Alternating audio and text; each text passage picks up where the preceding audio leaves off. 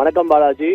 திருச்சி மாவட்டம் மணப்பாறை அருகே பெரியப்பட்டி பிரிவு சாலையில் திருச்சி திண்டுக்கல் தேசிய நெடுஞ்சாலையில் மேம்பாலம் அமைக்க வலியுறுத்தி பள்ளி மாணவ மாணவிகள் மற்றும் பொதுமக்கள் சாலை மறியல் போராட்டத்தில் ஈடுபட்டனர்.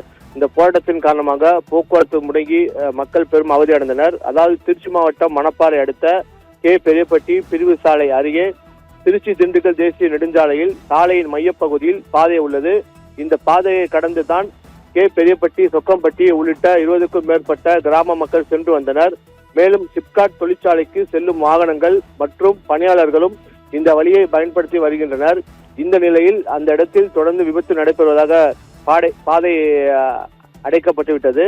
மேம்பாலம் அமைக்கும் வரை அந்த பாதையை திறந்துவிட வேண்டும். மேம்பாலம் அமைப்பதற்கு உடனடியாக நடவடிக்கை எடுக்க வேண்டும் என்று பள்ளி மாணவ மாணவிகள் பொதுமக்கள் சம்பந்த இடத்தில் சாலை மறியல் போராட்டத்தில் ஈடுபட்டனர். போலீசார் பேச்சுவார்த்தை நடத்தியும் உடன்பாடு எட்டாத நிலையில் மறியல் போராட்டம் தொடர்ந்து நடைபெற்றது. திருச்சி திண்டுக்கல் தேசிய நெடுஞ்சாலையில் போக்குவரத்து முடங்கி சுமார் 5 கிலோமீட்டருக்கு மேல் சாலையின் இருபுறங்களில் வாகனங்கள் அணிவகுத்தில் இருக்கின்றன. ஸ்ரீரங்கம் கோட்டாட்சியர் தமிழ்மணி, மணப்பாறை வட்டாட்சியர் சுந்தர பாண்டியன் மற்றும் போலீசார் தொடர்ந்து பேச்சுவார்த்தை நடத்தி வரும் நிலையில் பாதையை ஏற்படுத்தி கொடுத்தால் மட்டுமே மறியலை கைவிடும் என கூறி தொடர்ந்து போராட்டம் நடைபெற்றது.